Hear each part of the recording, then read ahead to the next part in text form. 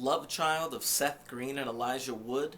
Really, Tinker and Zira? Welcome to Lost Thoughts for episode 4 entitled The Little Prince. Brought to you by Aira Airways. Yes, we also have bottled water. Today we'll be talking The Little Prince, the novel. Asking the question, can chocolate really kill? Getting the Losties a humidifier to stop their nosebleeds. And of course, our question of the week. Side note guys, I love the comments. Good or bad, keep them coming. Once again, this episode is delaying the inevitable. The Oceanic Six have to get back to the island. There are a bunch of things in their way. The Losties on the island are skipping through time and just about to face doom, and then flash, time jump. Kind of reminds me a little bit of Sliders.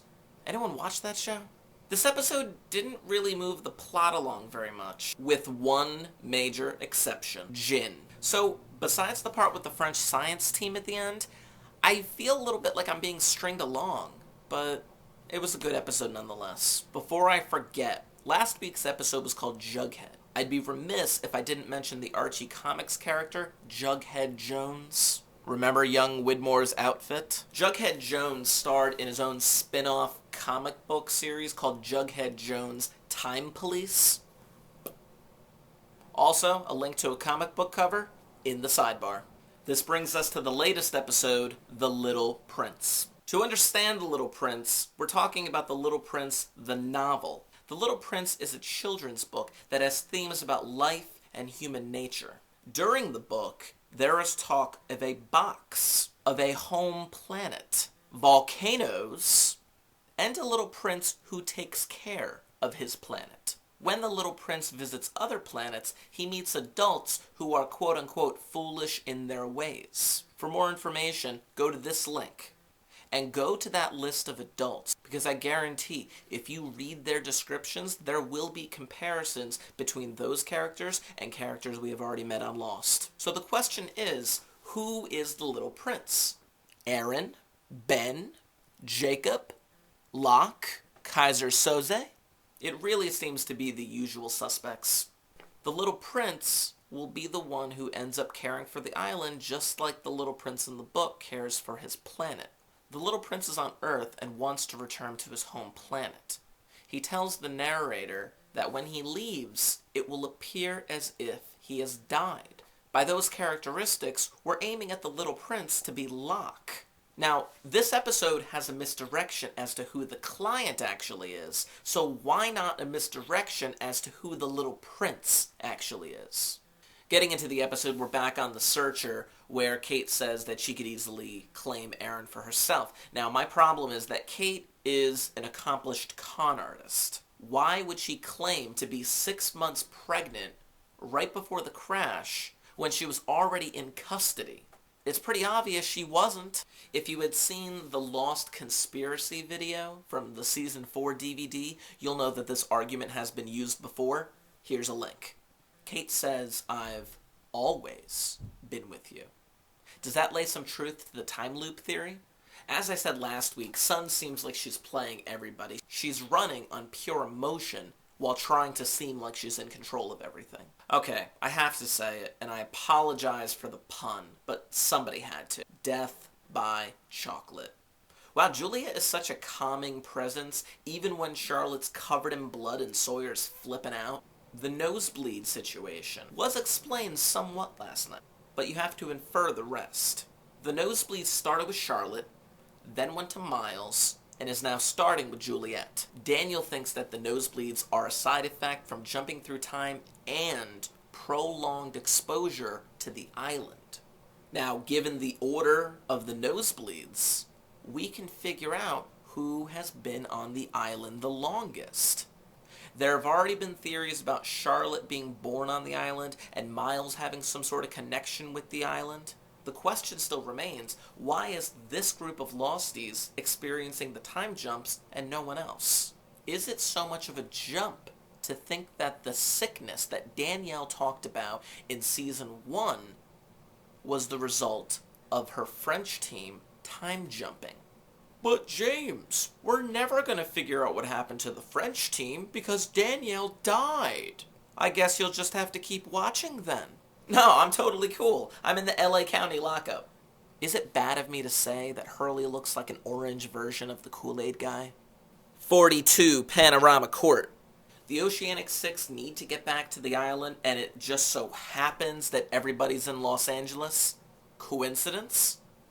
Fate. Long Beach Marina, slip 23. Now, even though the time jump went back to season 1's version of Lost when Aaron was born, the actress who plays Claire never officially made an appearance since it was stock footage. Claire won't appear in season 5, but she will appear in season 6.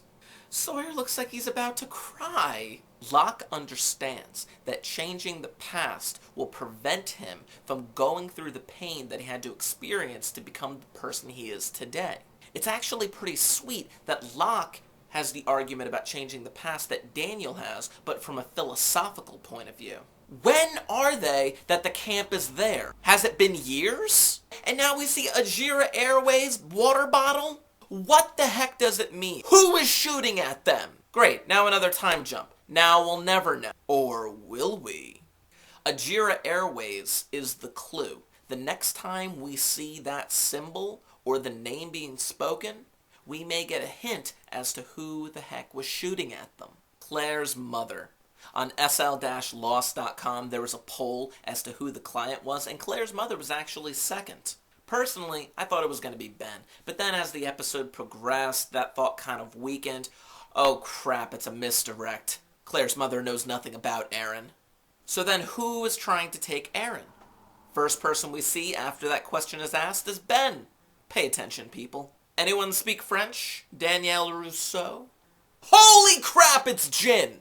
One of the first things that Daniel said in season 5 was that while in the Zodiac, they were within the blast radius of the island moving through time.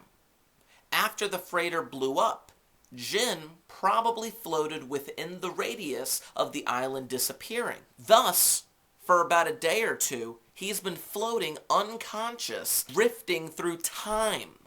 I love how Ben cops up to being the client without so much of a fight. What is Sun doing there with Aaron? Why is she keeping tabs on Ben? Does she think that she's gonna kill him herself? You heard the young French lady refer to the man as Montand. That's the guy who lost his arm. Check the link. Jin must be flipping out right now. He just met a young Danielle Rousseau. He has no clue where the heck he is. And the episode comes to a close with the hope of learning what happened to the French team. Danielle in season 1 said they got sick. Anyone who's been affected by the time jumping eventually looks like they're going out of their mind. For a reference, see the freighter people. Perhaps the French team did not enter at the correct bearing. And maybe Danielle was protected because she was pregnant. Who knows? Man, that lawyer guy, Dan Norton, he really has a busy schedule. Who the heck is Dan Norton? That's my lawyer. Simple line, awesome delivery. Michael Emerson can get away with simple lines like that because that is how great of an actor he is. This brings us to our question of the week. What is your favorite Ben line thus far in the series? I'm going to tally up the results in the comments, and I'll announce the results for next week. As for last week's question of the week, who is related to who? My favorite response comes from Lou Freekind, who said that Daniel and Charlotte could be brother and sister. This theory has Star Wars written all over it. Daniel, Charlotte, Luke, and Leia.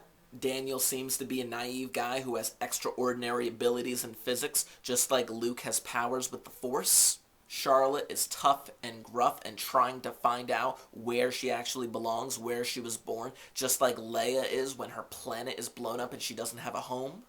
This even opens up Charles Widmore being Darth Vader and coming across with the I am your father routine. We even have Sawyer and Jin as Han Solo and Chewbacca. I mean, in all honesty, the Star Wars thing is just a dream, but it's a fun dream.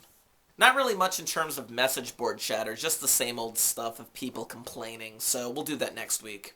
And so we leave off episode 4 saying, "Now cracks a noble heart. Good night, sweet prince, and flight of angels sing thee to thy rest," or something like that.